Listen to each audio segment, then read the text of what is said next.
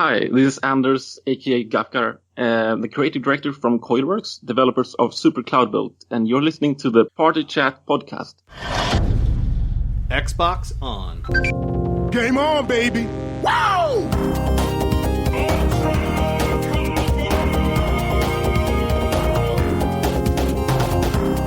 Don't make a girl a promise you can't keep. Let's do this. Hello and welcome to Xbox One Party Chat podcast.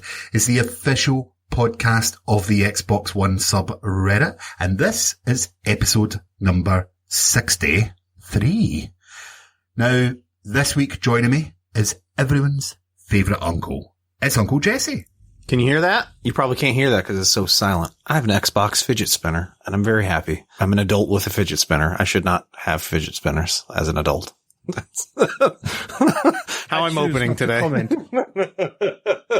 I may have a fidget spinner within arm's reach. Am I the only one here without a fidget spinner? And our Lord and savoury snack is delicious cheese. Yeah, this is the sound of me spinning the non-existent spinner. Now I feel really left out. I thought you were going to say spinning your hand up a finger.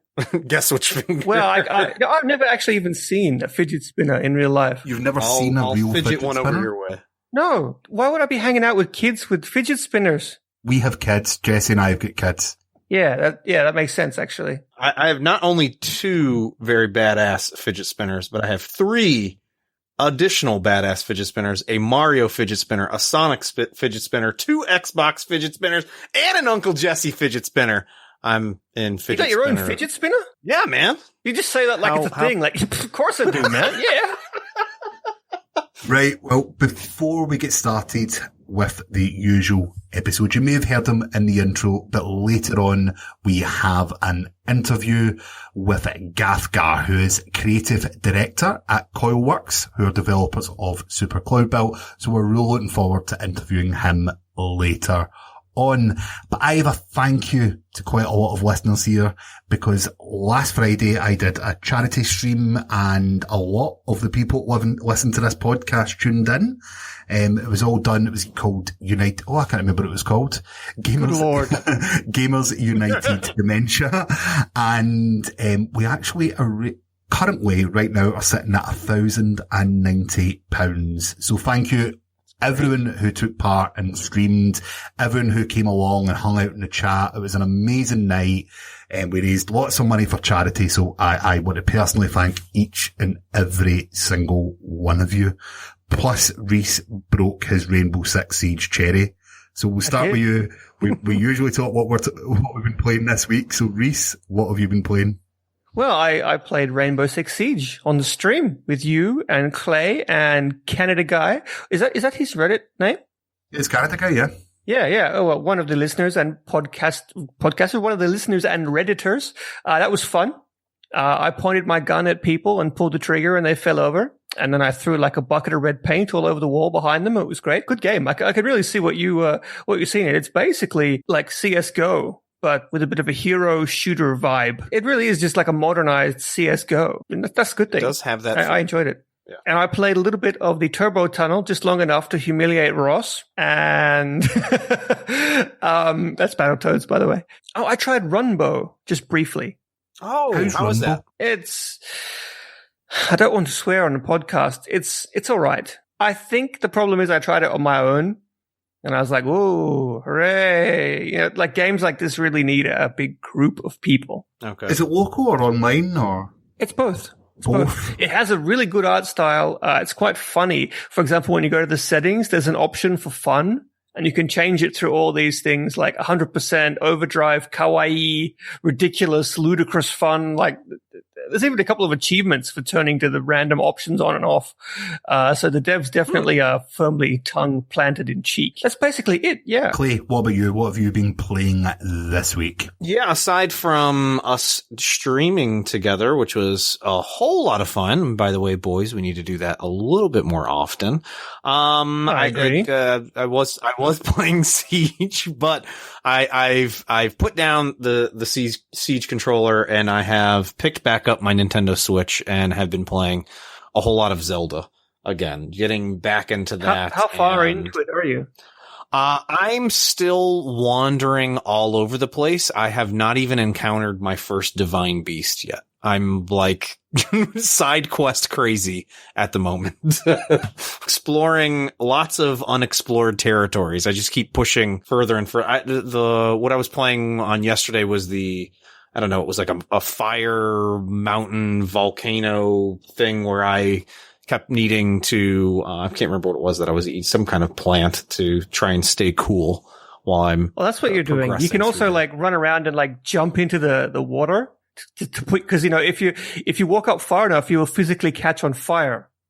And you have to like run and jump into the water to extinguish yourself. But if you pull out any wooden weapons they'll catch a light. Yeah. That's exactly the mechanics in this game are just insane. Yeah. And the level of detail even better? That they work into it. If you pull out a raw steak or a raw fish or whatever and drop it on the ground, it'll cook. It'll catch fire, and then you can pick it up and cooked. I'm trying that. All right, I'm trying that. That's awesome. So, you can cook up there without a fire, because everything is fire basically. Great. Ross, what are you about?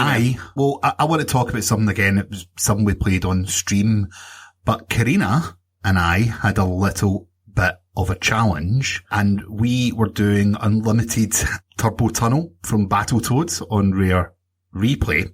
And just to add to the pressure, we had Craig Duncan, studio head, watching the stream, and Emma as well.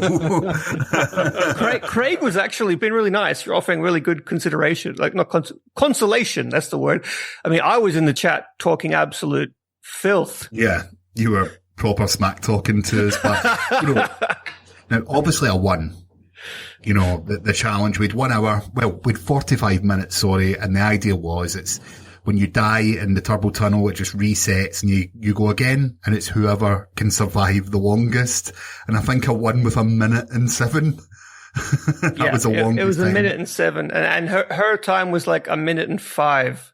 Yeah, it was quite close. It was quite nerve-wracking towards the end, but I tell you what, that is brilliant. It was so much fun, and it just makes me want to pick up Rare Replay and do some of these challenges again, because it's quite good to challenge yourself and see the leaderboards and get up there. And it's frustrating. It's very, very hard, and it's frustrating dying all the time.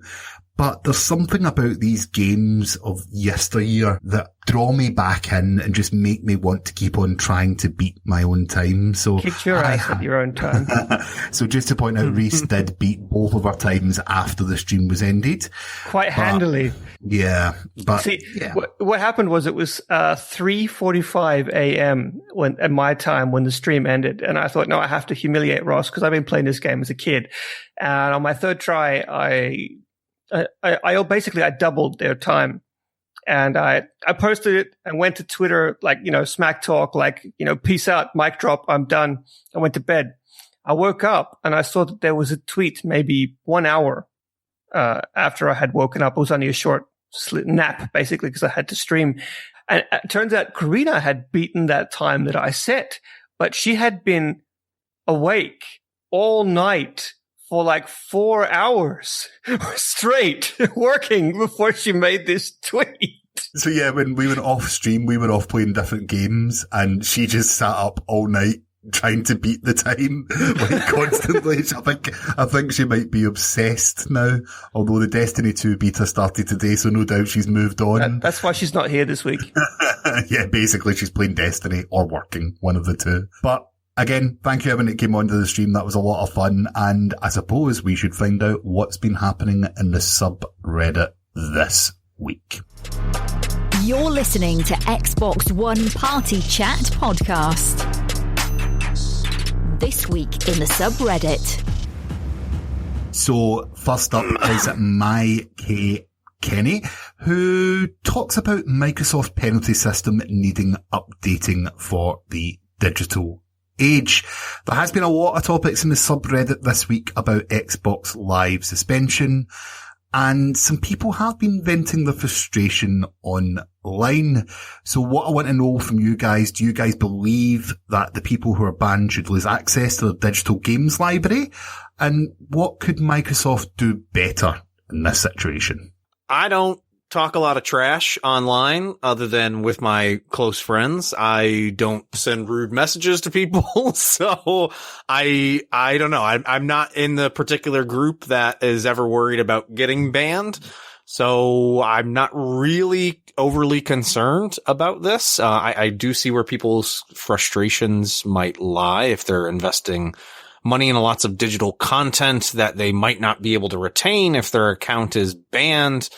I don't know. To me, it's sort of this is Microsoft's platform. Obviously, I'd want them to better listen to the audience there and allow us to keep that, even if we were banned. My point is, most of the games that I play solely online. I guess I do rarely play a lot of single player games. I guess my point is, if I'm banned from Xbox Live, how am I going to enjoy the games that I typically play? Battlefield, Rainbow Six Siege. I'm not, if I was banned, I wouldn't be able to play the damn game anyway. So I don't know. Maybe don't be such a dick online, and you don't have to worry. Words to live by. In a way, I'm the same. I've never had any, suspensions or anything like that. World of Warcraft back in the day, yes, many, but that was a younger me in a different time. But on Xbox Live, I've never been in trouble for being a naughty boy. And I think absolutely that you should never lose access to your purchases. I don't think that's smart, because that basically means, Microsoft is really going to annoy people who have spent a lot of money. Even if they are being a dick, you should still have the game that you own, So, but I think if you get banned, then you should not be able to play online. That's it. Or, talk online or whatever kind of ban they issue. But I still think a lot of people were really angry with the fact that, okay, I'm banned, so I still have access to the digital games on my console, but all the games that I own that I haven't downloaded, I cannot re-download. And I think that they should still let them re-download the games that they have paid for. I mean, they can't play the online games, obviously, and that's your fault for being a dick, but I still think they should be able to re-download their single-player games. Yeah, I have been banned. Really? What for? Right, so this is a story about days gone past. I used to review games, and one game, it's nothing to do with me being offensive towards anyone else online, really, but I got a game, Draw a Stickman, to review, and I was doing a video review, so for ease of use, I decided to record some short video clips, which I can download and piece together. Now, what happens when a grown man is given an opportunity to create a character in a game? Dick butts everywhere. Yeah, basically. And I was going all around saying, Xbox record that for Mr. Penis on his adventure. And someone must have reported one of my videos. So I got a 24-hour communication ban. That's all I got, to be fair. I wasn't banned from playing online or anything else, but I did panic a little bit, thinking, have I been banned? Have I lost my library? But yeah, no, I agree. I feel as if you make purchases, they should be your purchases relevantly forever. And I agree with you that you shouldn't be able to play online if you are being offensive to people online. But also, Xbox has been around for a long, long time. And some people are young and stupid and haven't quite matured yet, and to lose their digital purchases that they can no longer pay for life, I think that's a bit unfair, because when they are mature enough, it's a shame that they no longer have these games to play with. So I think that this should be a policy that is reviewed.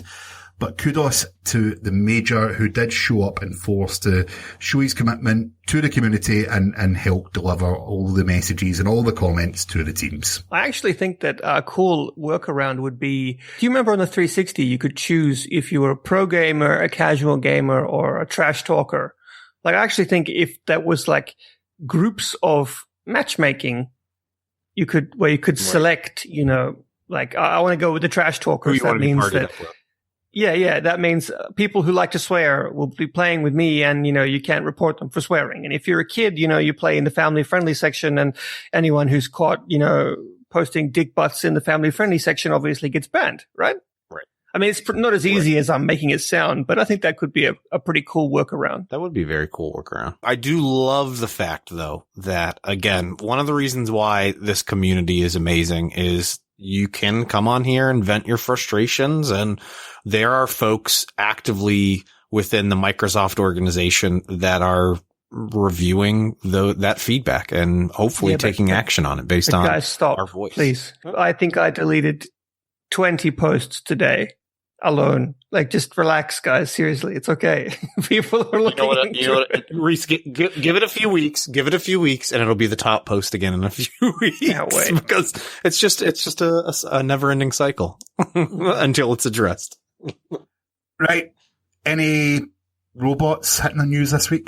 Asha Baba 861. Asha Hahaba 861 posted the Titanfall 2 is getting a 4-player co-op mode, and it's basically like a horde mode added to Titanfall 2, and it looks pretty cool. I love me some Titanfall 2. Do I play it enough? No. Did I just trade it in? Yes, I did. Am I waiting for it to come back to EA Access? So, as soon as this came out, I was like, man, I can't wait to, crap, I don't have this game anymore. So, but it looks really, really cool, actually. So I'm fairly impressed again with the level of DLC content that they just keep pumping out for this game. Especially considering it's not as popular as the last one was. Is it not? I don't think so. Maybe I'm wrong, but I mean, then again, it's on multiple systems. Yeah, so you'd imagine it just doesn't have the hype that the last one has. Yeah. That doesn't really translate to sales, though. But it's because there's been like 5 games that have copied its mechanics since then. Yeah, every single Call of Duty since then has basically copied everything from that, except for the newest one coming out soon. Well, I can't wait for this. I can't wait for Titanfall 2 to come to EA Access. Yeah, me too. And I love a horde mode. So, like, this to me, the trailer looked great. It pulled me back in. It made me think over Battlefield 1. I think this is what I'm going to go for first. I really cannot wait to get involved in this and play some co-op. Ross, Splatoon 2 has a horde mode now. Yeah, no one cares. Rhys, next story. Me, all right. So this one is actually kind of related to me, I suppose, being the moderator and all, but we have a record broken. Don't know why I'm rolling my R's, but I am. The user Camplem? Yes, Camplem posted about last week's net neutrality posts. I'm just going to gloss over this quickly. Basically, we have all new record high voted post on the subreddit. The old record was 25.7 thousand. Did you guys see the thread? Yeah, how could you miss it? It was in the front of the front page, the top of the front page. Yeah, the old record was 25.7 thousand. Very, very impressive. The new record is 59.9 thousand. Wow. Net neutrality, I don't really get being in Britain. I know it could have ramifications, but it's a meaningless stateside thing. Ross and I have the benefit of coming from countries where the internet is actually protected. In fact, I come from a country where high-speed internet access is actually a legal human right. So yeah, but that doesn't mean that we don't believe everyone should have a free and open internet. So go you Americans, get you some free internet. Rally against your Comcast. Right now. Give me your money for your internets. I didn't know you worked for Comcast. Sorry. But if anyone is interested in learning more about net neutrality, we're not going to talk about it because it's a very hot button subject and everyone else can say way more than us. We just like talking about games. But head over to something like www.battlefortheinternet.com and a whole bunch of other websites that will teach you about net neutrality. But I just wanted to talk about the fact that we have an all new highest recorded post, which is just crazy. Well, I think this would be a really good point to cut to our interview. So I'll pass you over to Rhys. Yeah. Xbox Snap this week's interview. All right, everybody, welcome back to this week's interview. Today we have a very cool guest. We have Anders Davallius AKA GAFGAR, who is the creative director at Coilworks. And Coilworks are the developers of a upcoming game for Xbox One, PS4, and Steam called Super Cloudbuilt, which is a speed-running platformer shooter hybrid stylized thing. And it's coming out on Xbox One next week. So, GAFGAR, welcome to the pod. Thank you. Obviously, it's great to have you. How about you just start off easy and tell us a little bit about who you are and you know, what it is that you do at Coilworks. Yes, so like you said, my name is Anders Davallius, and I go by the name GAFGAR.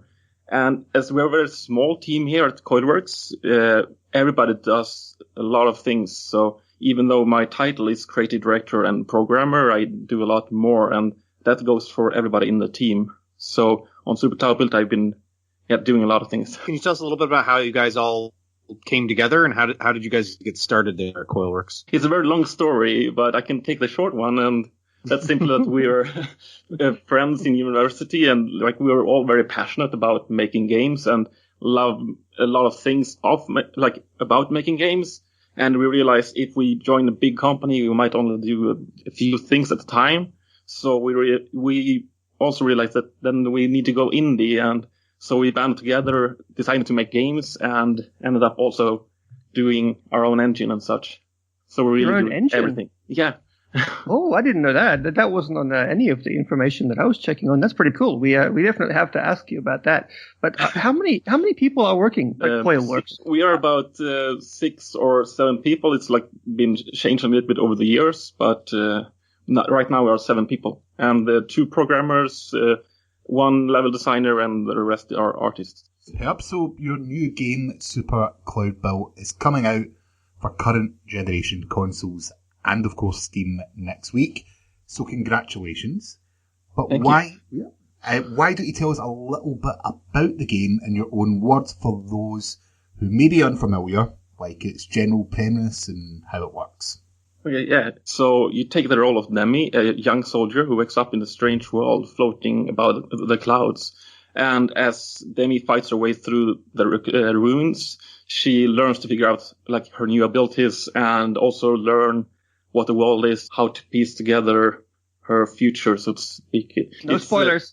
Yeah. Actually, I usually don't talk much about the story because I want to leave that up to the game itself and people's interpretation. So for the gameplay-wise, we call it action rocket parkour, and it's very skilled. And yeah. That's awesome. I was struggling at the beginning to think something to call the game. Rocket parkour. That's great. Glad you like it. So it's a very skill-focused game, and like we want people to be able to express their creativity as well. So it's a lot about finding your own style and your own path. You mentioned speed before, but you can also like focus more on creative paths and like avoiding obstacles and so on. And like the jetpacks really opens that up for you, and you can really, how you use it is up to you, and you can combine all the abilities freely and use that to, be creative in the levels we give you. And it gets, of course, harder and harder, but there's always more than one choice, like one option. And it's up to you to find it, and sometimes it might be very obscure. That sounds very cool. I mean, I actually was sitting down and watching a few of the trailers that I saw online, and just thought it was pretty cool the functionality that you guys have built in with the rocket parkour. That is an excellent way to describe what I was watching. If only you could see the smile on my face when you said that. So I understand that Super Cloudbuilt is actually a remake or remaster of an older game called Cloudbuilt, which I believe you guys put out back on Steam in 2014. So what makes this edition super? Well, I would say pretty much everything. So, like you said, it's been out for a few years, the original, and after being supporting it and such for over a year, we had seen a lot of things that we thought we could work more on. And when given the opportunity, we went back and like reevaluated everything, and that led to changes in like the fundamental things like the player mechanics and everything, but also going back to every level and reevaluating them and changing them as well. And even bigger things like the whole progression system in the game, it has been reworked. Like instead of level select, you now have a hub world that actually expands and changes as you play and so on. And Yeah, it's pretty much everything. And one big thing as well is that we separated what was in the old one, a ranked mode and like story mode at the same time into separate modes. So you don't have to worry about rankings and such. And when you're playing for story, and you can focus on just exploring the world and the narrative and such. That's actually really cool. I actually want to know, because I don't think we've ever had anybody on the podcast who did a remaster before. Have we had anyone on the podcast, boys, who's done a remaster? I don't think so. Yeah. I don't think so. So this is a first for us, and I want to know, like, how do you decide when you've built your game and you pour your heart and soul into it, and then you sort of take a look at it and think, you know what? No, like this can be better. And like, how do you decide what to cut, what to improve when you make like a super edition? Like, it's going to be hard, right, to cut up your baby and make it better. Yeah, I think it's actually surprisingly easy for most. Like, the more you see a game, the more you think you can change things as well. And like, you always get new ideas. So when the game been in idle, so to speak, after release for some time, I think most developers have a big laundry list of, I can do this, and what if this was like that, and so on. So it's more about limiting yourself to like still stay true to what the original was and so on. And for us, it's been a lot of fun to do this, and also a lot of pressure, because we have some great fans for the old game, and we want to, of course, stay true to that and like give them what they want while still opening up the game and like doing everything we want and we think that new players would like as well. The game itself sounds like a sequel when you described everything that you've done. So actually, we usually say it's the closest you can get to being a sequel without being a sequel. So, one thing I was going to say is when I was watching all the trailers is that sort of immediately caught my eye was the cell shaded art style. It sort of has like a washed out watercolor Borderlands vibe to it. I was going to ask you guys, how did you come up with that particular art style? And was there did you choose to enhance any particular gameplay features because of that? Yeah, so the style wasn't set in stone from the start, actually. We're going for a whole other style, but after a while we re-evaluated and figured that if we go with a more like stylized style, we can also push the gameplay to more extreme and focus on just making it fun instead of like, if you have a human in realistic art style making I don't know, 100-meter drop and don't take any damage for some reason, it might feel more strange. But if we go with a cartoony art style or something, we can let loose and do everything we want. And we wanted to explore and like let loose a bit, and resulted in this art style. And it's been iteration, like over time, changing and improving. So it's not something that is just born overnight. Now, you were leading into that there. You can sort of change art styles, I believe, or the ability to change art style. That's a pretty unique feature. What's your favourite art style? That feature actually came about from both an accident and like something we've been thinking about for a long time. Well, because of the hatching you see in the game in the default art style, it can have bad effects on video compression from our experience because of all the high contrast noise and such in the image. So we're thinking, is that something we can do? But we still want to use that art style.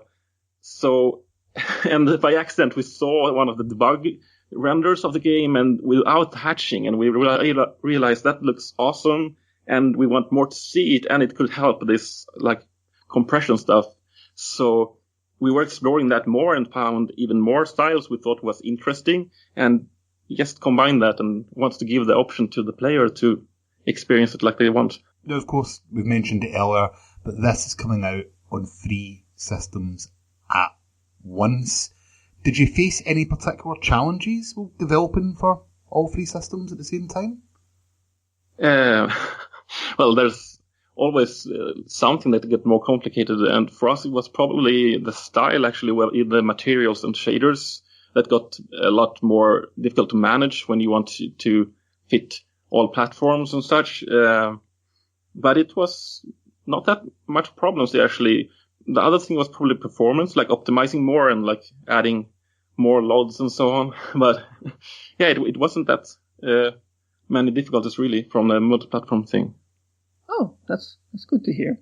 Now, I want to ask you, this game, as far as I can see, like you're talking about, there's like exploration and story, and that's all cool and well and good and stuff. But as far as I can tell, this game is about going fast. That's what I'm interested in. So what I want to know is, what is your favorite Sonic game, and when can we expect Sonic DLC?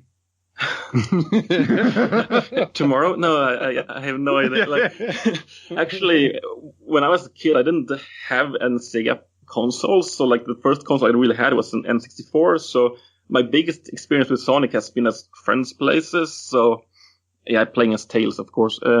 But my favorite Sonic would probably be Sonic 3, but I haven't. My man. You're okay now. It's okay, guys. But then I should mention also that actually the color blue for me means Mega Man. So. Well, I do like Mega Man, so I'll let it slide. But jokes aside, I want to know, what is it like designing a game like built for speed? Like you can, even if it's not the primary focus, you can go so blisteringly fast that you can almost not see what's happening. Like, how long did it take you to perfect these perfect runs? Like, how do you figure out where someone is going to look or jump when they're moving at like 300 miles a second? It's actually a long process, and it also ties back into what I was talking about before with creativity and like many styles, because we build levels for many styles at the same time, and because of that, it opens up for a lot of different paths, and it's hard to like really test every path. And that's the beauty of it for us, to give these opportunities and let the players explore them. So if we actually have the quickest path figured out at like release ourselves, like I don't think so, but we have really fun and good and fast paths in mind. And we're happy if players explore and find new ones. That I'm sure they will. So along those lines of exploring and trying, I have a feeling I will be trying to find new paths. The game makes no difficulty of it being, or makes no secret of it being highly difficult. How do you guys walk the line between that satisfyingly difficult level and me wanting to throw my controller at the wall? Level of difficulty. Can we install like wall padding for the controllers? No. There we go. No. I need like the Nintendo Wii wristband, maybe. That's what I always wonder how, like, if they have like a special padded room when they first start play testing for Dark Souls. Yeah, there we go. The balance ties back into the different styles I talked about before. Like, going fast is not something you do like everybody do from the start. It's something you earn and something you do more and more the more you play. And like those different styles and routes, and also different choice with different levels. So if something is too hard, you can choose another level, and those choices really helps to balance the difficulty a lot. And on top of that, in Super Cloudbuilt, we also have power-ups that you can earn and use on, like, if something is really too hard, you can activate some temporary power-ups and help you to get through them. And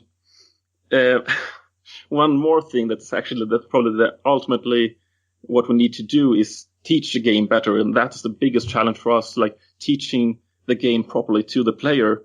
And doing that is often in ways, like, we don't want to say how to play. So we give you optional challenges so that you can tackle and make yourself learn the game more, and that is how you earn the power-ups and such. That's a great way to learn this type of game.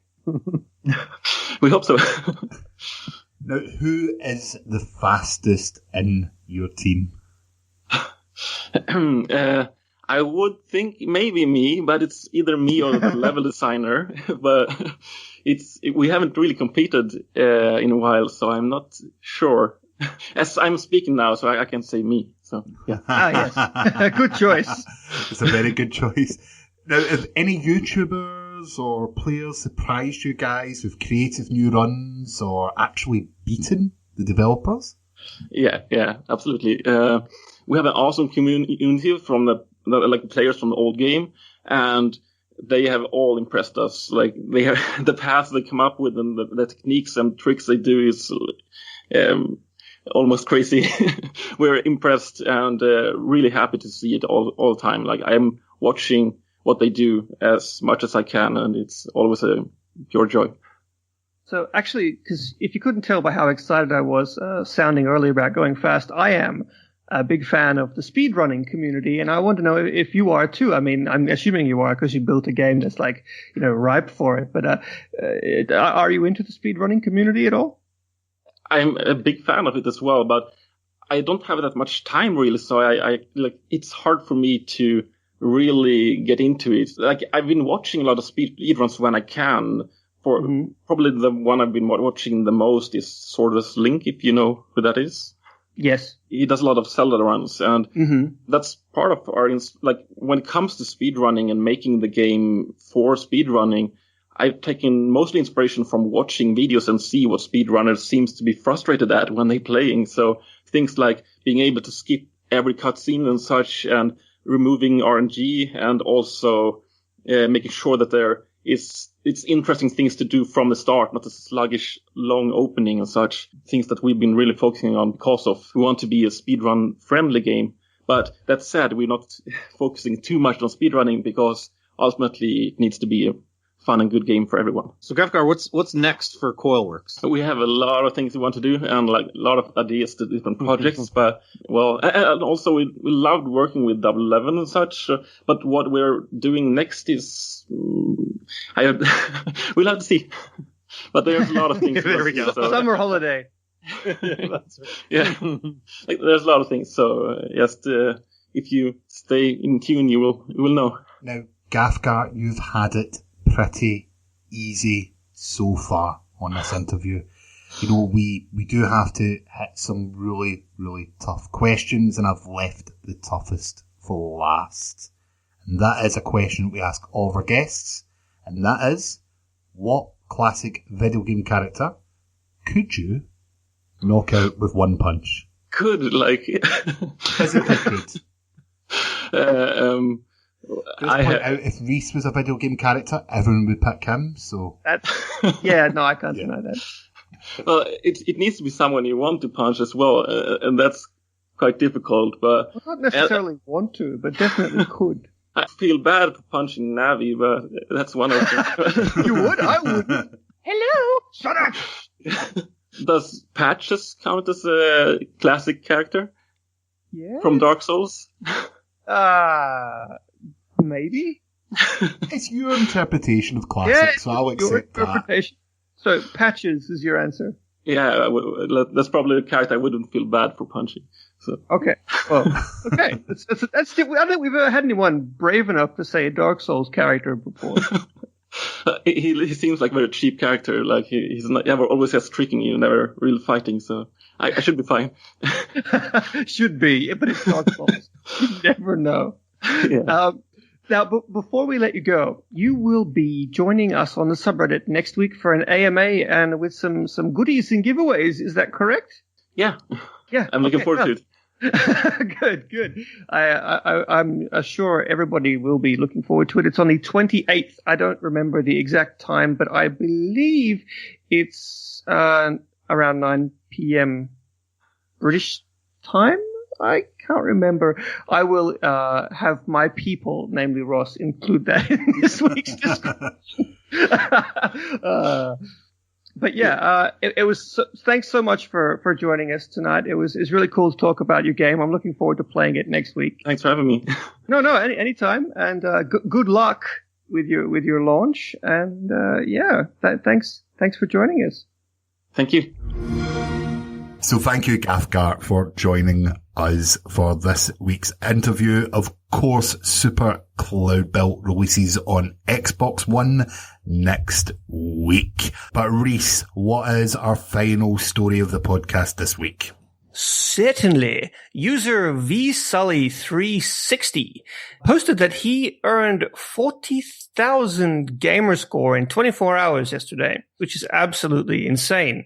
Basically, the fact that you can get this many achievements in a day is nuts, right, guys?